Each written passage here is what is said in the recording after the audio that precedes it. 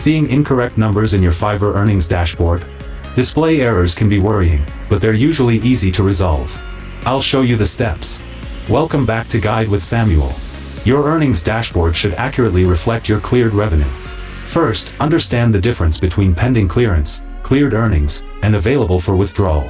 Funds take 14 days to clear after order completion.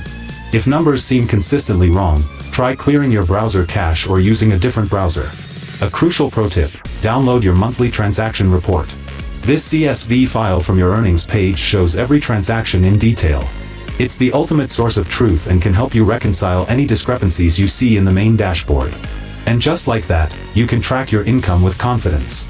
Understanding Fiverr's payment timeline prevents unnecessary stress. Do you regularly download your transaction reports? For your final question, subscribe for our next video on how to make Fiverr side income. Thanks for watching.